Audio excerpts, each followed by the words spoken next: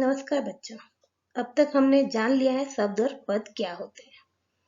उसी को आगे बढ़ाते हुए आज मैं बताऊंगी पदबंध किसे कहते हैं और पदबंध के कितने भेद होते हैं। पदबंध की परिभाषा जानने से पहले हम फिर से जानते हैं कि पद क्या है। पद वाक्य से अलग रहने पर शब्द और वाक्य में प्रयुक्त हो जाने पर शब्द पद कहलाते हैं। जबकि पदबंध जब दो या दो से अधिक शब्द अर्थात पद नियत क्रम और निश्चित अर्थ में किसी पद का कार्य करते हैं तो उन्हें पदबंध कहते हैं। अर्थात पदबंध में केवल एक शब्द जो कि पद कहलाता नहीं माना जाएगा, बल्कि दो या तीन पदों का समूह पदबंध कहलाएगा। पदबंध में तीन बातें आवश्यक हैं। एक तो यह कि इसमें एक से अधिक पद होते हैं। दूसरा, ये पद इस तरह से संबंध होते हैं कि उनसे एक इकाई बन जाती है। और तीसरा, पदबंध किसी वाक्य का अंश होता है, अर्थात पदबंध पूरे वाक्य नहीं होते बल्कि वाक्य के टुकड़े हैं।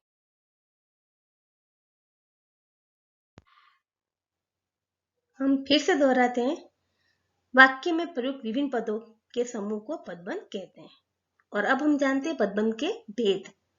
पदबंध के 5 भेद होते हैं: संज्ञा पदबंध, सर्वनाम पदबंध, विशेषण पदबंध, क्रिया पदबंध और अवयव पदबंध। अब हम जानते हैं संज्ञा पदबंध के बारे में। जो पदबंध वाक्य में संज्ञा पद का कार्य करते हैं वे संज्ञा पदबंध कहलाते हैं।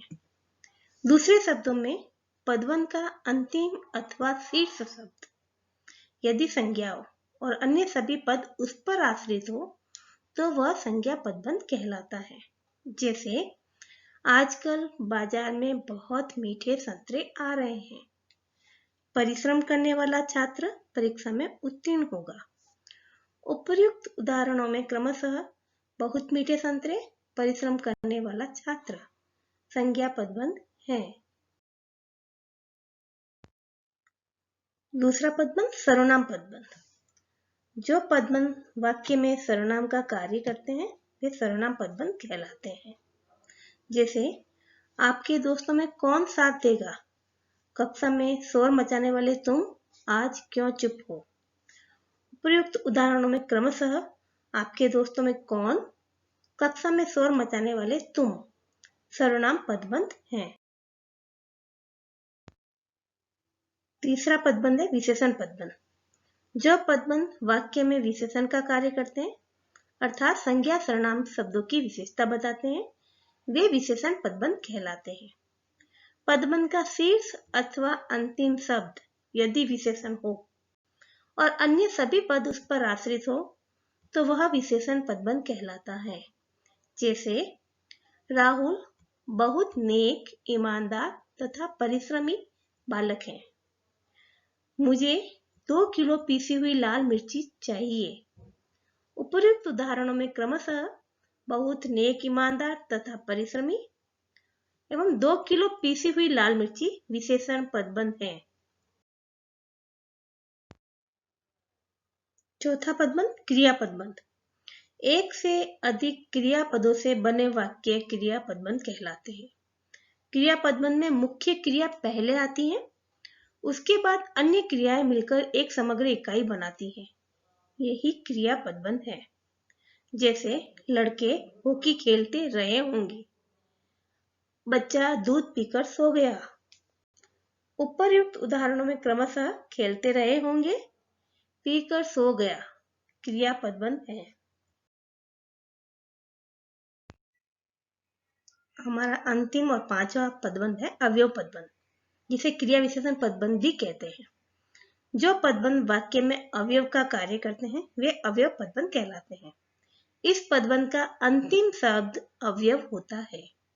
जैसे वह बहुत देर तक तुम्हारी प्रतीक्षा करता रहा। स्टेशन के चारों ओर तेज रोशनी का प्रबंध है। उपर्युक्त उदाहरणों में क्रमशः बहुत देर तक, स्टेशन के चारों ओर अवयव पदबंध हैं।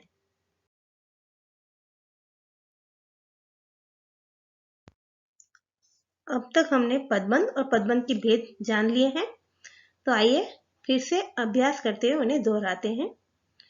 सबसे तेज दौड़ने वाला छात्र जीत गया, इसमें संज्ञा पदबंध है। यह लड़की अत्यंत सुशील और परिश्रमी है, विशेषण पदबंध। नदी बहती चली जा रही है, इसमें बहती चली जा रही है क्रिया पदबंध।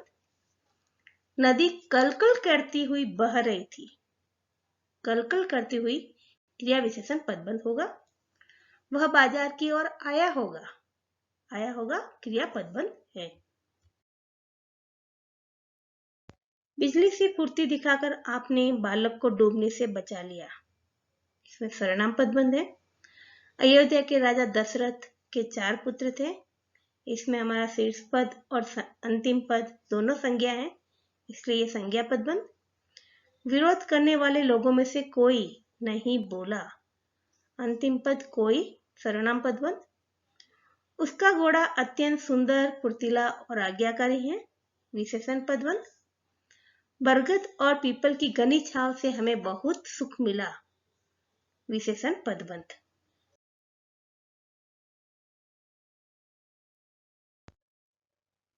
यदि आपको मेरा वीडियो पसंद आया हो, सरल लगा हो, तो ऐसे ही अन्य सरल वीडियो देखने के लिए आप इस चैनल को लाइक और सब्सक्राइब करना ना भूलेगा। धन्यवाद।